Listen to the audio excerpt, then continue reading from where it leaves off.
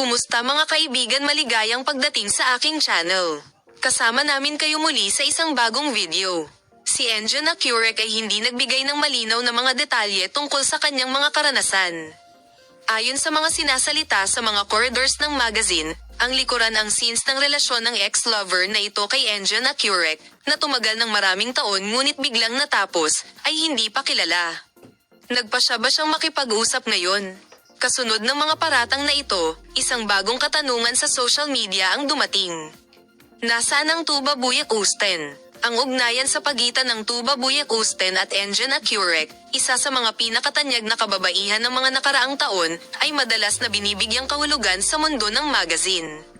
Bagaman hindi pa ito nilinaw kung ang duo ay magkasama sa totoong buhay, ang mga tagahanga at media ay madalas na nakilala ang mga ito.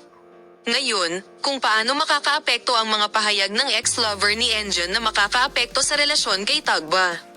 Ayon sa ilang mga paratang, ang ex-lover ay maaaring hindi tuwirang inaakusahan si Tuba Bayukasto.